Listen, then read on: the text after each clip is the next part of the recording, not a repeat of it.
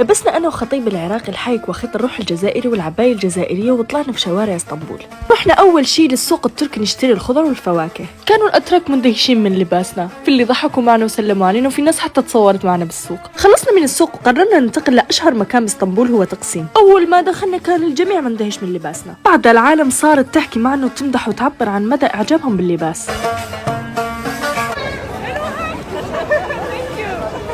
التقينا بكثير جزائريين ومنهم هاي البنت، حكت لي انه الخيط الروح الجزائري محليني اكثر، وزعنا الشوكولاته على الناس وخبرناهم عن الزي الجزائري. الناس انبسطت وشكرتنا على الحب اللي جانا ننشره. اصدقائنا من الهند كثير الناس انعجبت بلباسنا الجزائري واخذوا معنا صور وفيديوهات تذكاريه.